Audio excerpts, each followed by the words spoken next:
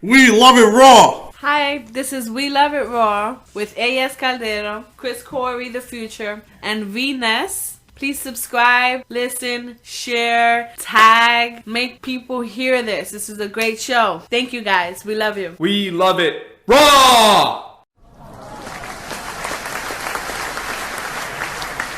Welcome to Brooklyn. Officially has taken over 3 days, completely taken over by the Barclays Center and the ravishing heel lovers in Brooklyn, New York City.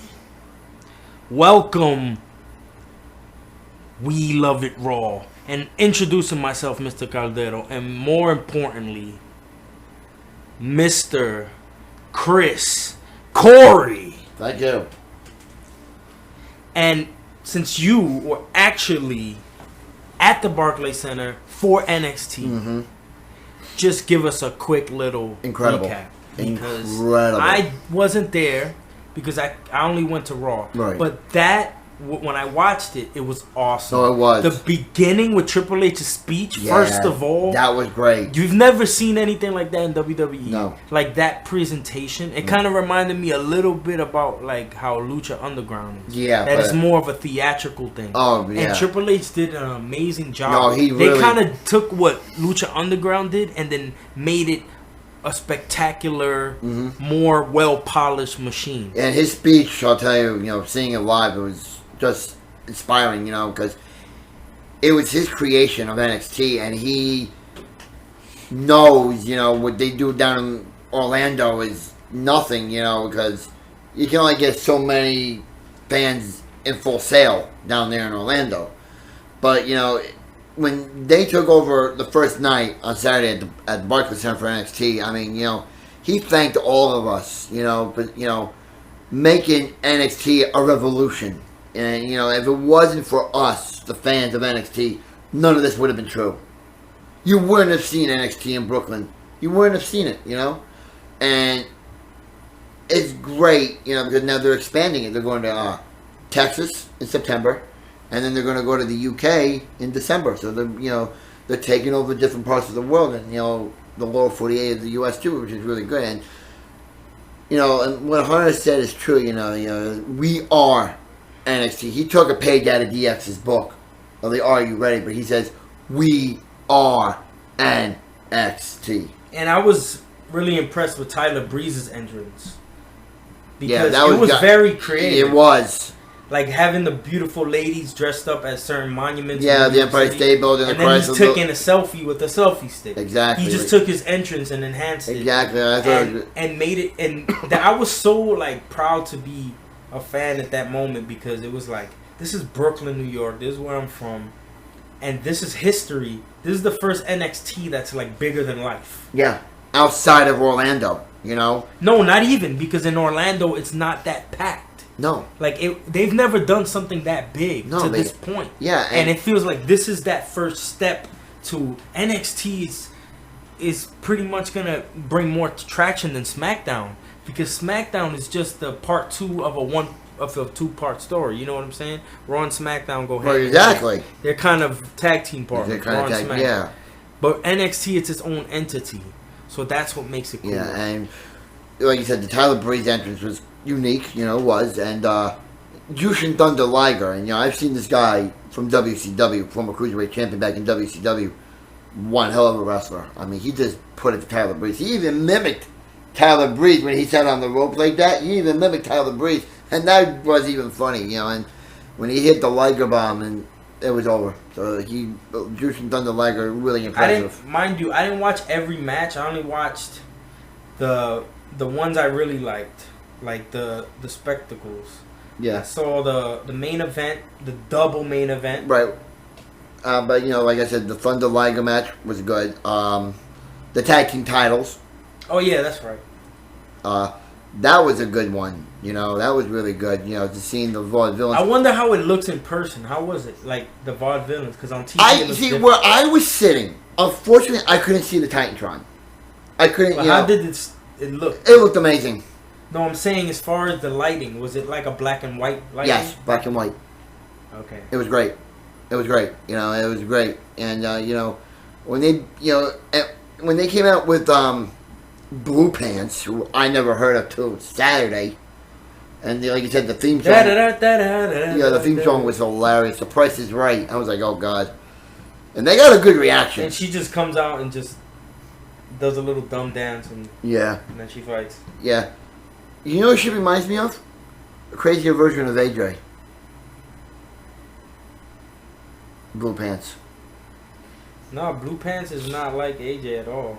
Blue Pants is just like, she's not overthinking anything. She's just coming out, doing my dancing in my blue pants, and I'm gonna have a match. Like she's not too like cynical. She's not crazy. She's just like a child at heart. They got a great, huge reaction, and Blake and Murphy with Alexa Bliss. Alexa Bliss is a good talent. I don't like the guy she's with. No, Blake and Murphy, no. I think she's good, and she could be a potential manager, and she's good in the ring also, but not those guys. Blake and Murphy, I don't like. But I have to admit, Blake and Murphy put up a great fight. They put up a great fight. But thankfully, the Vaudevillains, Simon Gosh and in English, won the NXT Tag Team title. So that was really great to see, and it was really good. Got a good reaction once they won that. Let's get to the good stuff because we have also Tough Enough at the end. Yeah. So we have a lot to cover, Chris. Yeah, even SummerSlam too. We have a woo. Keep it going. And then we have Sasha Banks and Bayley, which is to me was more important. And the closing match. Let me tell you, the crowd was rabid. Okay, rabid. A lot of people wanted Bayley. I myself wanted Sasha Banks. I mean, there was a chance of, let's go Bayley, let's go Sasha. Sasha is ratchet. I was like, no, she's not. But great. I really like Bayley also. Did you? I like. And you know what I like about Bayley? That she's a good guy, and I still like her. That shows a lot because there's some people that I don't like seeing bad. Like Daniel Bryan is better good. Yeah. So is Bayley. Yeah. There's certain people that are flattering being the babyface always.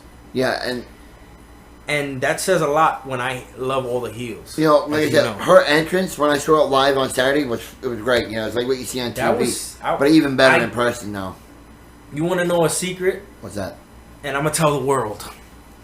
When Sasha Banks came out with her entrance, with the Escalade, a tear came down my eye. So did it. Me too. You know why? Because all of the stuff I heard from Talk is Jericho when she had an interview with him and she talked about her whole life.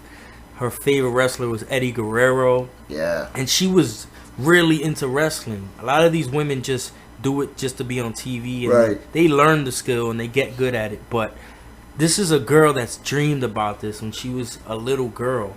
Watching wrestling when I was watching wrestling. Watching the Attitude Era. That's amazing that she's in Brooklyn, headlining in Brooklyn. Barclays Center, where Jay-Z performed, Beyonce performed. Yeah, the best of the best of the best in the world perform at the Barclays Center. She got one heck of a reaction too, along with Bayley when she came out in that Escalade with the security guard. I was like, she's like acting all Hollywood and all that. I mean, I was clapping, but in the funny process, my whole section got a kick out of the end. I was mimicking her. I was doing her entrance and all that. They were getting a kick out of it. So, and she put up a fight. Okay, both competitors. As much as I don't like Bayley, but I love Sasha Banks to death, I have to give Bayley the props. She really held her own against Sasha, a top name in that division in WWE. And Banks had the bank statement. Bayley got out of it. And then Bayley hit the Bayley to Bayley suplex and picked up. That was the best match through the best Divas match through the whole weekend, in my opinion. In your opinion, yeah. That because it was a one-on-one match that meant something. The title was on the line. The two people that were wrestling happened to be my favorite Divas wrestling. Bayley, I have a shirt. I'm a hugger. I have. Oh, you have it. I wore that shirt on Sunday, watching SummerSlam. Oh, please. Oh, okay. I love Bailey. You know, and but I love Sasha. So to me, that was just Yeah. lightning in a bottle. But as you they know, say. like I said, I'm gonna wrap it up with the main event now. But you know, as much as it hurt me and it pained me to see Sasha really lose the NXT Women's title, but you know, it was good to see that the torch was passed from Banks to Bailey now, because Bailey's gonna make that title prestige. She's gonna keep it. The end was tough. Oh, yeah, the 4 horsewomen. That was nice. And how much of the 4 horsemen was great. And all 4 of them are just dynamite. Every single one. Bailey, I have a feeling is gonna come up really soon. She's gonna come up soon. You know, she's due. But I think that NXT needs someone strong, so she's gonna stay down there for like 6 months, I think. Yeah, but then she'll come up. Yeah, of course. I think that's just like Sasha Banks. She been hot. Sasha Banks been on a streak. Yeah. She's had the belt for a while. Yes, it's February. She's been on fire So ever from, since. let's say from March, April, May, June. And she had a whole feud before that with Charlotte. Yeah. That lasted a long time. She had it about 6 months, 6.5 months. There we go. So that's what I'm assuming is gonna happen with Bailey. She's gonna lose it, and you'll see her at the main. Yeah, event. you'll see her. I think it's gonna happen after Mania, but the main event, one of the best. Okay, Finn Balor, the guy who won the NXT title from Kevin Owens on the Beast. What you think about the entrance, the Finn Balor? That was awesome. I loved it. You know, actually doing it was one thing. Seeing it live was another. And there was one incident during that main event. You know, when the streamer came down, somebody threw it, and they got escorted out. And we were chanting, "Bring him back! Bring him back! Bring him back!" And they actually brought him back. But Kevin Owens and Finn Balor, I mean, as long as there's been a history between these two since Independence Day, I can see why. Intense match. You know, Kevin Owens really didn't make any effort, in my opinion, to go after the NXT title. He wanted to really hurt Finn Balor, so I think that's what he was really there for, to hurt Balor. You know, try to incapacitate him and then try to get the title. But from when I saw it, though, he made no effort, Kevin Owens, to get that NXT title. I think he was just there, like I said, to really put a beating to Finn Balor. Finn Balor really made my jaw drop, though, because he was right by the NXT title on top of that ladder. What would have made it interesting was if he would have jumped, got the NXT title, and hit the coup de grace on Kevin Owens for the culmination of that night. That would have been something. But him hitting the coup de grace on Kevin Owens from the top of the ladder and then climbing that ladder and reclaiming, you know, recapturing and reclaiming the NXT title was good, you know, and he got a huge reaction. Yeah. But the overall experience, man, I'll tell you, you know, they got to do. I hope and I pray that WWE does another NXT Takeover Brooklyn down the road. They have to. They have to. It was very successful. It was. It was. Very. So let me tell you something, brother. The next day, it doesn't stop. No, no, no. It's the biggest event of the summer, period. Point blank, 7 shots to your dome. Summerslam for the first time ever at the Barclays Center. And it was Brooklyn. 4 hours long. First time ever, SummerSlam is 4 hours long, and Brooklyn gets another accolade on their shoulder. Oh, very, very well said. Very well said. And there was a couple of good matches. Get to the nitty gritty. I want to talk about the new tag team champions. Why don't you touch on it, and then I'll say No, my why don't you rebuttal. touch on it? Because you know I don't like New Day. It's a new day. Yes, it is. I was so proud of the New Day to be 2 times tag team champions of the world. It's a new day. And I couldn't have been happier. I kind of figured you wouldn't have been happy. I was rocking the shirt the following day on Raw. Proud, proud, proud. But anyways, back to SummerSlam. What other matches were worth mentioning that weren't completely boring? Because I'm not talking about a Sheamus match with Randy Orton. No, that was bad. Well, let's The talk Big about Show the nitty gritty. That was a bad match. The title. The WWE title. Title versus title. First time ever. Another accolade for Brooklyn, New York. First time ever in history. A well-known WCW title. United States Championship. And the privileged Seth Rollins holding The WWE title. the World Heavyweight Championship for WWE.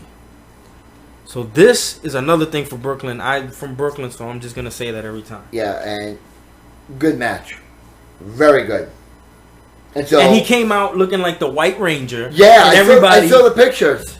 The cover just might be Seth Rollins looking like the White Ranger. I think for the cover photo. Because he is the White Ranger. And that was awesome. And he got a huge reaction. And when Cena came out, the John Cena sucks singing chant came out, including me. Okay, I wasn't there, but I was singing in my house. But like I said, it was a good. Oh, you didn't go to SummerSlam? No. SummerSlam? No, I didn't. I wasn't gonna pay that money. It was $300 and some odd dollars just for an upper deck seat. I wasn't gonna pay that. I'd rather watch it for $9.99 on the network where I'm home. Why travel? But anyway, I thought this match was good. And I like what Rollins did by paying homage to Eddie Guerrero with the frog splash on John Cena. I thought that was really The good. match itself was very good. Yes. And Jon Stewart. Let's just talk about it point blank. Oh my God. Jon Stewart changed history and hit John Cena with a chair, thus leaving the chair on the floor to a setup to the pedigree. Mm-hmm. Famously made by The Game. Yep. And this changed history to Seth Rollins is now Deuce champion. United States and world champion. Breaking records, never been done before. Yeah. At New York City's Barclays Center. That was good. And then you had the biggest match of the summer. Too big for WrestleMania. A year and Can I say, if you noticed, there's a picture online that showed me. Every single person that went from Bayley to New Day and Seth Rollins all came out in white and gold and won championships. I didn't see that. That was a great plan if that was planned. Really? Bayley was wearing white and gold. New Day was wearing white and gold. Seth Rollins was just more noticed because he's the champion. Right. But there you go. That's a little hit for the real people looking for clues. They got you. But now the biggest match. And I mean the biggest match. A year and a half in the making. Brock and the Dead Man. And you want to talk about getting out of the gate fast. Brock Lesnar got out of the gate fast. And he took The Undertaker, I'm sorry, Vanessa, to Suplex City. I thought he was going to do Brock Lesnar what he did Lesnar to John Cena back at SummerSlam last year. I really thought it was leading up to that. But The Undertaker proved why he is just what he is. An unbeatable man who wanted revenge. And the controversy, what do you think about this? With The Undertaker tapping up, but the referee never seeing it. What do you think of that? What I've grown to appreciate, not at the moment, I didn't appreciate it, but they're giving Undertaker a heel path. But since we're in an era where heels are baby faces, this is actually going to work for The Undertaker, if you see what I'm saying. Right. Because Bray Wyatt is supposed to be a heel, but they love him. You get where I'm coming from. Yeah, I see where you're coming from. And there's another layer to, like, let's say like Denzel, when he's throughout his career, he wants to show you different types and different levels of what he can give you. Right.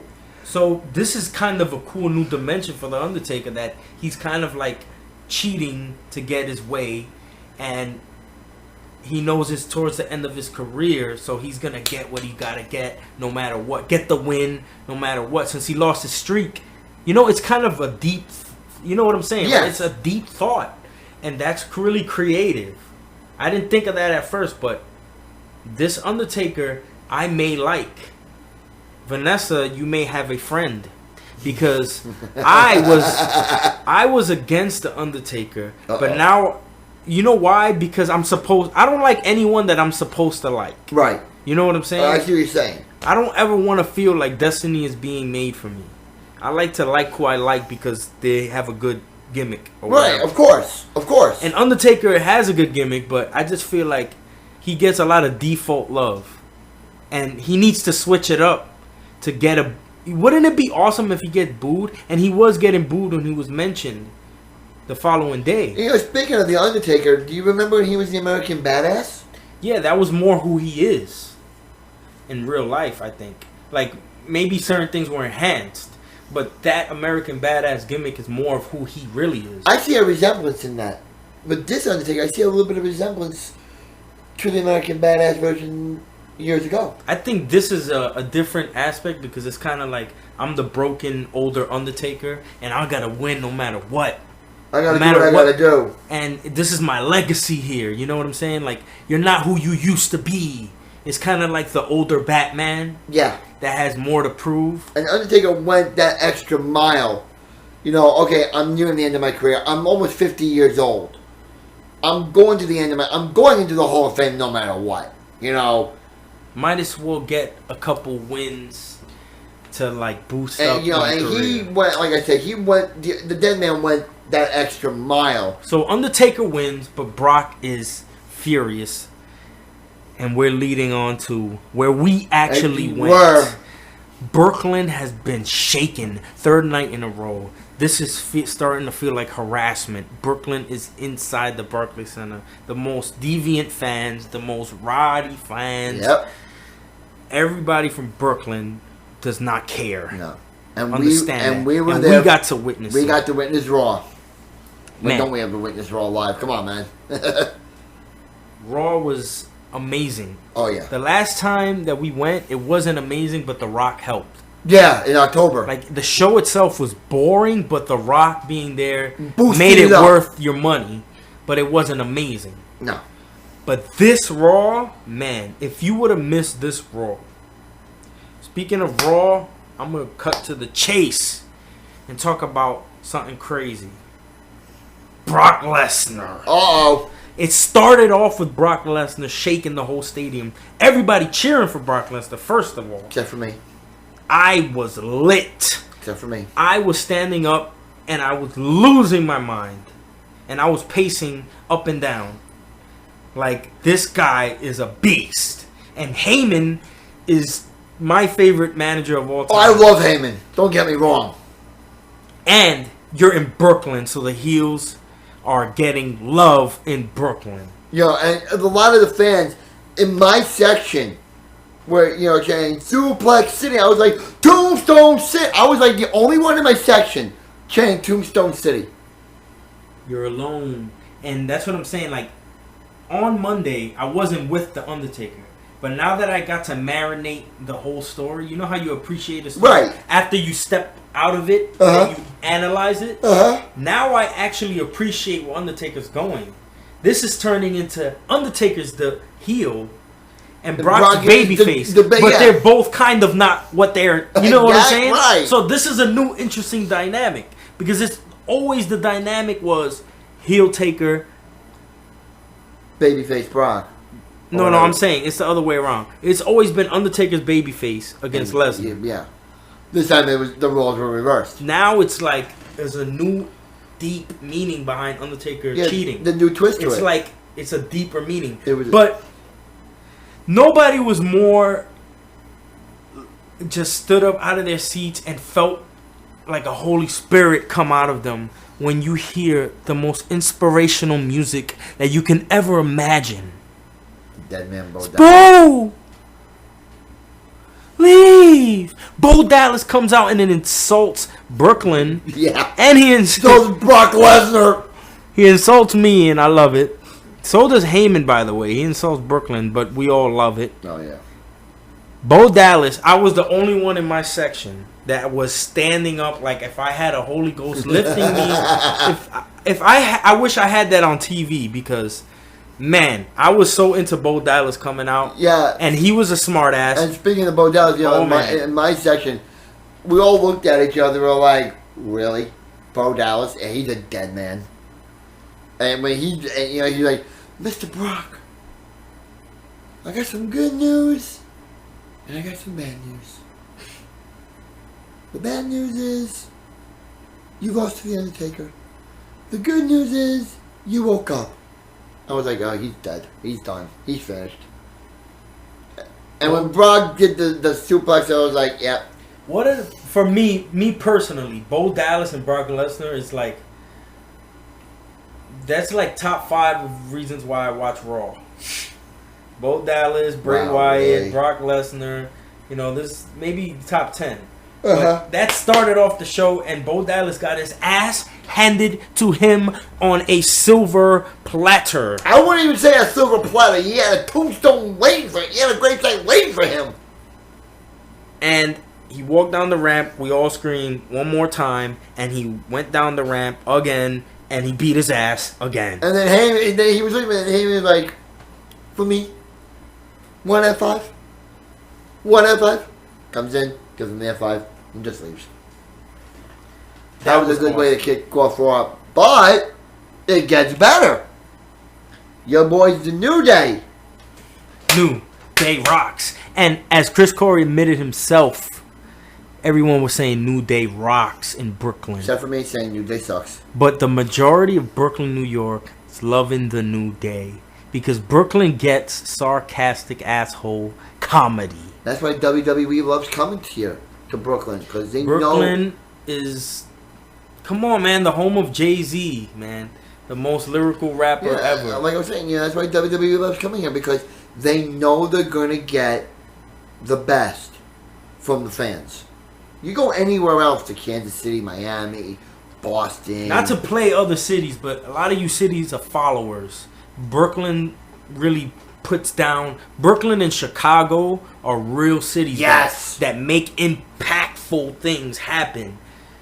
But don't take it personal. We're better than you, but let's just move on. Yeah, I mean, then, like you said, New Day was facing... New Day is the new tag team champion. That gimmick was so bad. New Day, New Day. I was so happy. Oh, boy. I just sat there. I said, really? I loved it. I was fucking screaming. I was like, you're making fun of Frank Sinatra, all blue eyes. I'm like, come on already. New Day, New Day. And then when he mentioned something, and then when they mentioned... You know what I heard? Xavier Woods learned that just for that. Learned the instrument. Oh, wow. Just for Monday. From Chief J Trombone. That's some dedication. New Day rocks. And I love how ridiculous they are. Yeah. And they're so, like, out of this world ridiculous that it just makes me laugh. JBL had me cracking up. He goes, yeah, Xavier Woods learned that from Chief J Trombone. I was like, really? I was like... I didn't hear the commentary. Oh, the commentary was funny on that one, dude. Watch it. But, they fought the Lucha Dragons, and the Lucha Dragons had no chance. And then, when they were, like, when Woods and Kofi were lifting up Big E, because Big E was about to get jiggy with it, you heard the fire. You heard the... Pew, pew, boom, boom. Oh, my gosh. You thought I lost it with Brock, Bo Dallas, New Day. No. No, we went. I can't even breathe right now. We went. Mr. Caldero and myself went absolutely berserk for the 9-time WWE Tag Team Champions, the most decorated team in WWE history. Altogether, this team has held 24. Yes, I said it. 24 World Tag Team titles, and I'm talking about Bubba Ray, Devon, the Dudley Boys are back, and Brooklyn went to Dudleyville. I was famished. I was exhausted. So was I. From excitement. Oh, so was and I.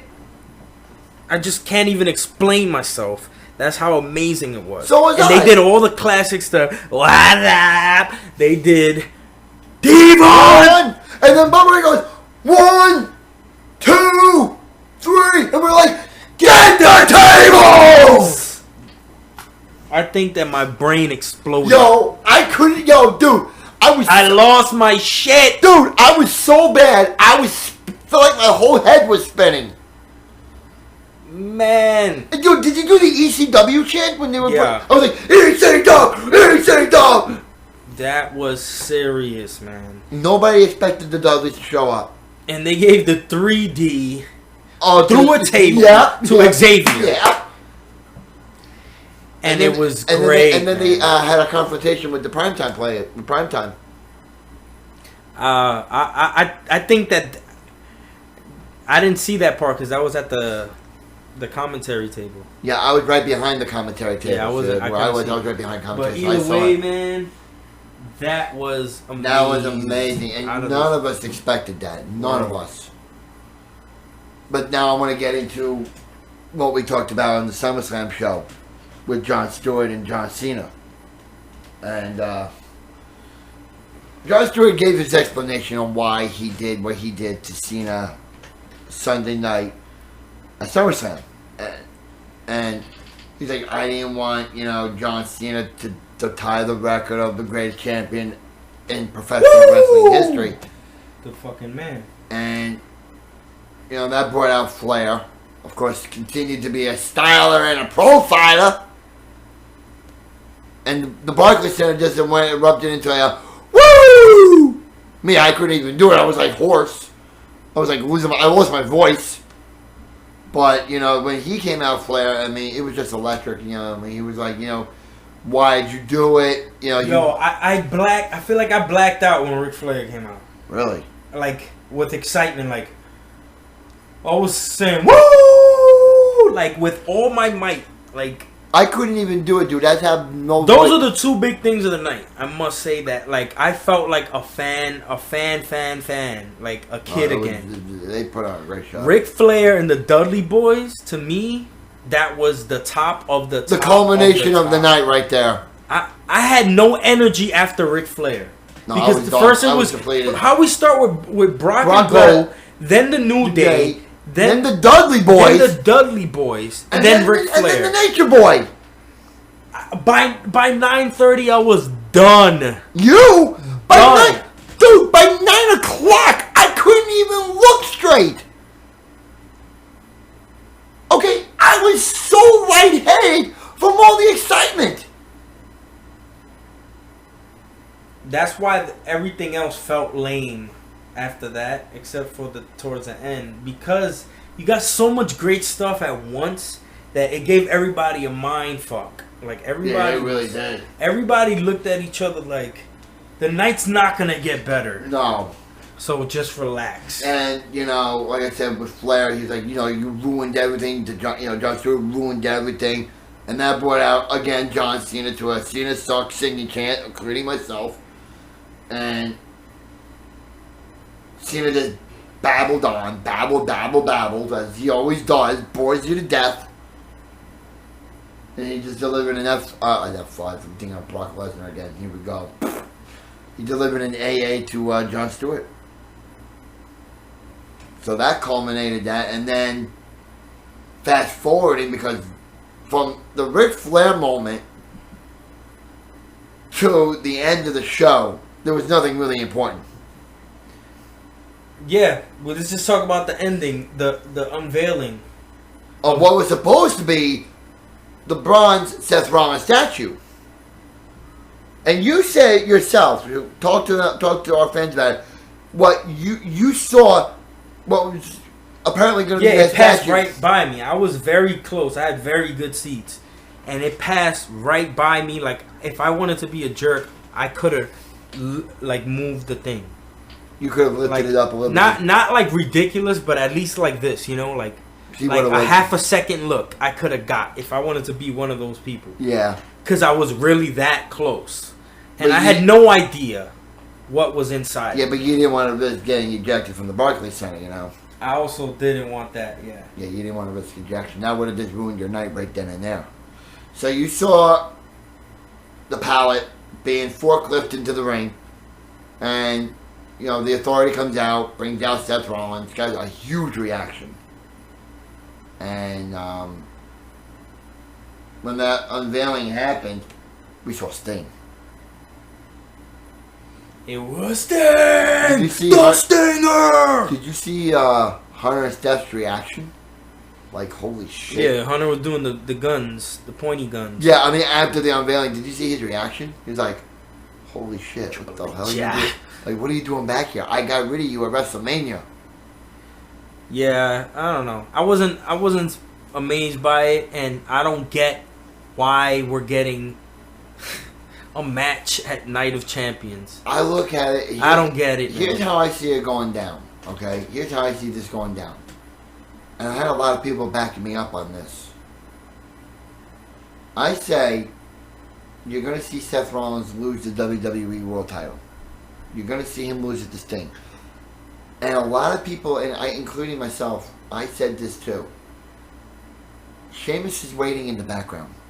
What a perfect moment it would be for Sting to be WWE champion. The dream of his, since his days in WCW, okay?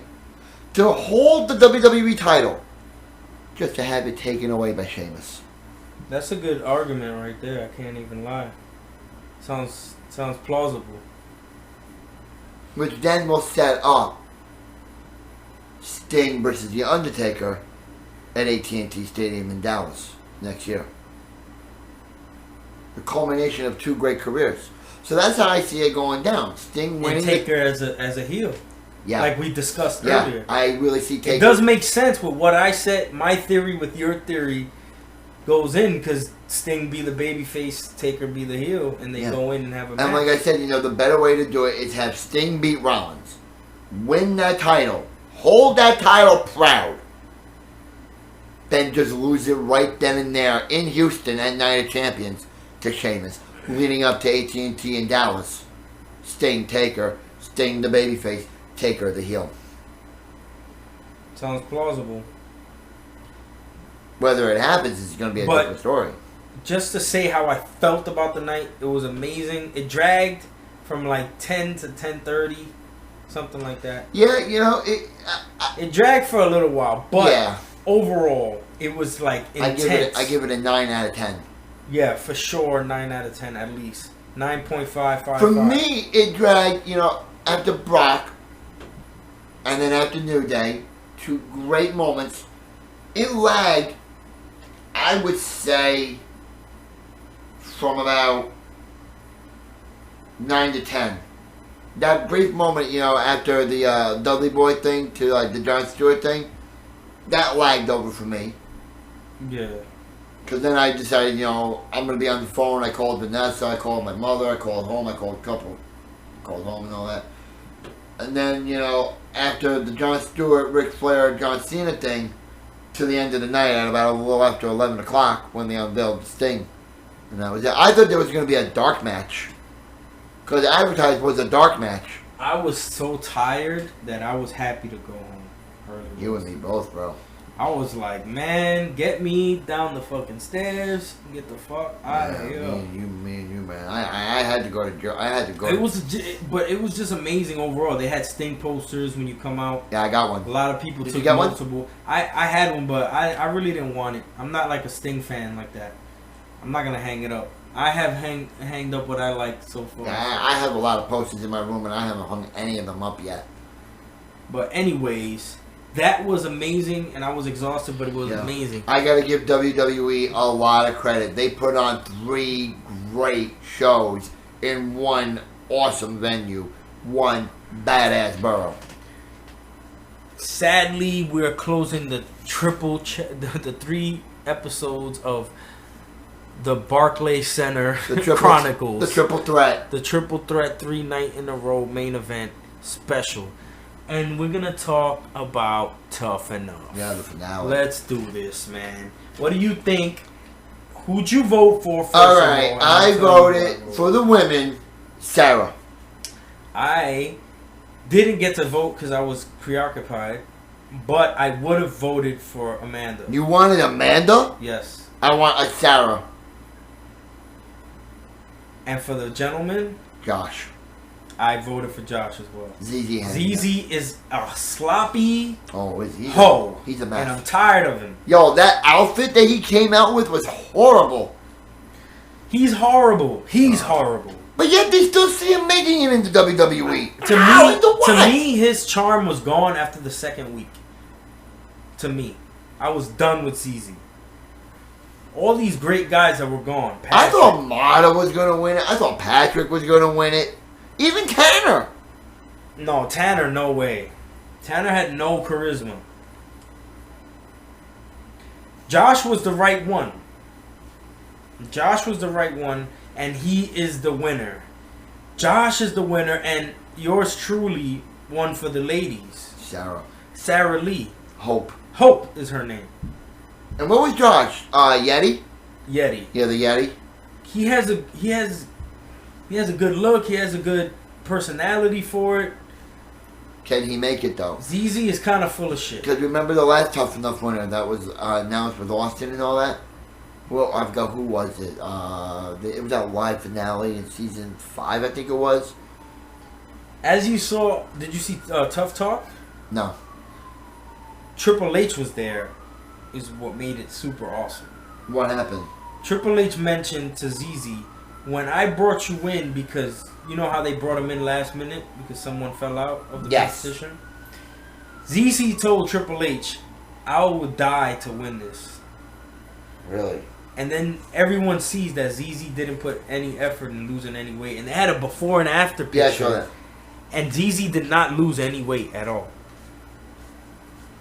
What does that say? Like, ZZ pisses me off. He was slacking, man. He was lying every week through his teeth. But whatever. I'm happy Josh won. It's interesting the match that they had also. Alicia Fox and... I thought that was interesting.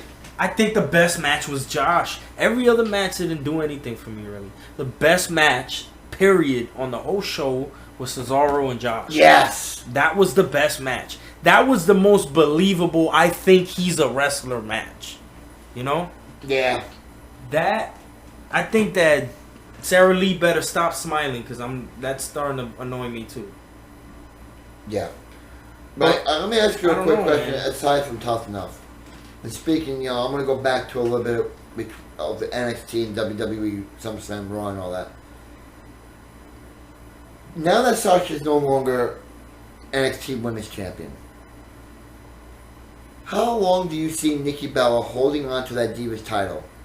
When do you see her losing it, and to who? I want to hear what you have to say. Who do you think takes it?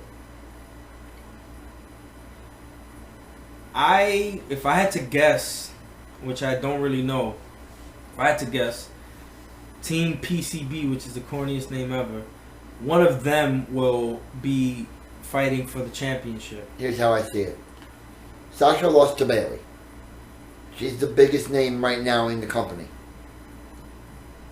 What better way to have two big names, Nikki and Sasha Banks, fight on the anniversary of her winning the Divas title? Survivor Series. I see that you really thought about this. Okay? Of Nikki, when she won the Divas title last year, they're going to probably have her hold on to that belt for the year. Like what they did with CM Punk. Okay? But they're not going to go like, what they did with Punk. So, I see it on the year anniversary, Survivor Series this year, of Nikki Bella's 1 year reign as Divas champion, she's going to lose it to Sasha Banks. I would love that, Two big but names. I don't want to get my hopes up. That would be I'm not getting my hopes up, but that's one scenario I see happening. Or, how long did AJ hold the Divas title for? I don't know. 290 something days, I believe. 294, 295, I think it was. Okay? Another possible scenario I see, on the day she's about to tie AJ for longest reigning Divas champion, or the time he wants to break AJ's record, have her tie it, have Nikki tie it, okay? On that Monday, if it's the record-breaking time for Nikki to be the longest-reigning Divas champion in the WWE, you get Sasha to deflate her and to win. So those are two scenarios I see: the record-breaking incident in which Sasha can win it, or Survivor Series, the year anniversary, in which Sasha can also win. So those are two possible scenarios I see Sasha Banks winning the Divas title. Those are two things, and I thought about that clearly. That'll be the best case scenario for me. So let's see. Let's see what happens. It's two possible big scenarios right there. The only thing that I want to add before we close the show is Dudley Boys are not part-time is what I hear. I hear that they're here to stay. I hear they're going to be on SmackDown. Which Yeah, they are going to be there on Thursday. But I also heard rumblings on websites that they're here to stay for a while to elevate the tag team championship. Someone brought that up. You brought that up to me. And I think a couple of other people brought that up to me on Monday. That the Dudleys are going to really elevate this tag team. Start giving, more, like, hey, New Day, they're an okay team, but you know what? We're going to really bring out the best in New Day.